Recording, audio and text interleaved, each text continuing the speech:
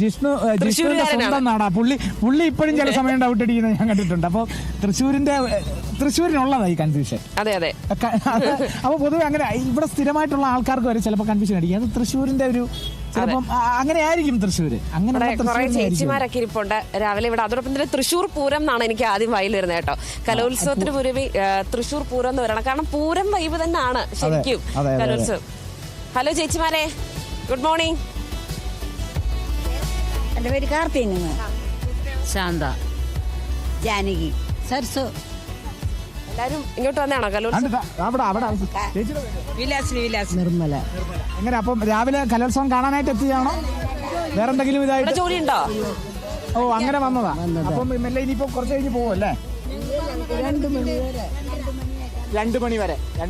അപ്പം തൊഴിലുറപ്പ് ആയിട്ട് നല്ല ഉഷാറാ അല്ലേ? ജോലി ഉണ്ടെങ്കിൽ നമ്മൾ ഹാപ്പി അല്ലേ? അതെ, ഡെയിലി ജോലി ഉണ്ടായാൽ മതി. അതെ. അപ്പൊ ഈ തൊഴിലുറപ്പിന്റെ ഒക്കെ ഇടയ്ക്ക് 200 ദിവസം ആക്കിയതൊക്കെ അറിഞ്ഞായിരുന്നോ? 200 ആക്കിയില്ല, ആക്കുന്നുണ്ടെന്നൊക്കെ പുതിയതായിട്ട് ഇതൊക്കെ കേട്ടായിരുന്നു. ഉണ്ട്. അതപ്പം ആക്കുമായിരിക്കും. 200 ആക്കിയ നല്ലതാ അല്ലേ? 200 കോളടിച്ച് 200 പണി വേണ്ടേ? അതെ, ഒരു 300 ഒക്കെ ആക്കാം. അങ്ങനെ ഒരു കാര്യമുണ്ട്. ഒരു 65 ദിവസം ബാക്കിയുള്ളൂ. 365 ഇടയ്ക്കുള്ള സൺഡേ അങ്ങനത്തെ ഞങ്ങൾക്ക് പണിയെടുത്ത് ജീവിക്കണം ഞങ്ങൾക്ക് ആഗ്രഹം. അതെ. അപ്പൊ ഇപ്പോഴുള്ളതിൽ 200 എന്നുള്ളത് ആക്കുന്നത് തന്നെ നല്ലത്. 200 അല്ലെ പറ്റുവാണെങ്കിൽ ഒരു 300 ആക്കാം. കുഴപ്പമില്ല. അതെ, നമുക്ക് പണിയെടുക്കുന്നിടത്തോളം നമ്മളും ഹാപ്പി. അപ്പൊ എന്തായാലും എല്ലാം രാവിലെ കാണുമല്ലോ. ഇനിയിപ്പോ ഓരോ രാവിലെ നമ്മളിവിടെ കാണും. ഇടയ്ക്ക് ജോലിയൊക്കെ കഴിഞ്ഞിട്ട് 2 മണി വരെയല്ലേ? 3 മണിക്ക് ഇവിടെ വേറെ ഇനങ്ങളുണ്ട്. അതൊക്കെ ഒന്ന് വന്ന് കാണണം. എന്നിട്ട് ഏതെങ്കിലും ഒക്കെ കാണണം എന്ന് ആഗ്രഹമുണ്ടോ? ഭക്ഷണം തന്നാ മതി. അപ്പൊ ഞങ്ങള് ഭക്ഷണം നമ്മുടെ പഴയടം നമ്പൂതിരിയുടെ ഭക്ഷണമുണ്ട് ഒരു ഭാഗത്ത്, നമ്മുടെ പാലസ് ഗ്രൗണ്ടില്. എടുക്കാൻ ഞങ്ങള് തയ്യാറാണ്.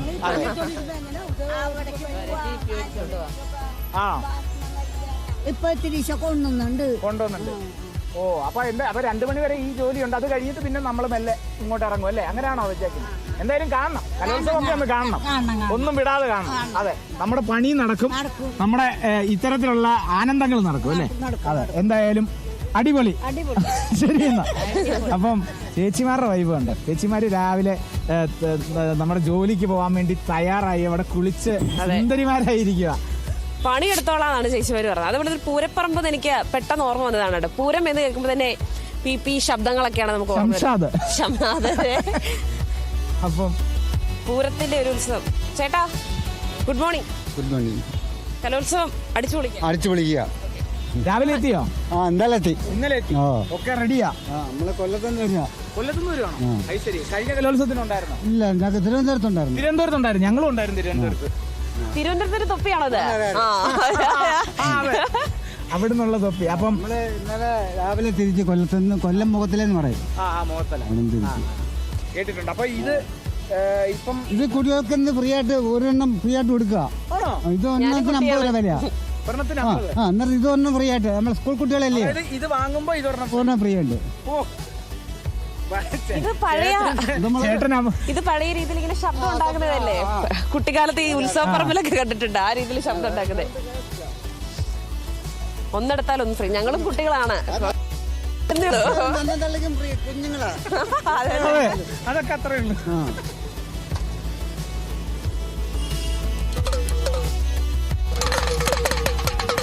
കുട്ടികളാ കൊച്ചു പിള്ളേരുടെ മനസ്സാ. ചേട്ടന്റെ പേര്? എന്റെ പേര് സുരേന്ദ്രൻ.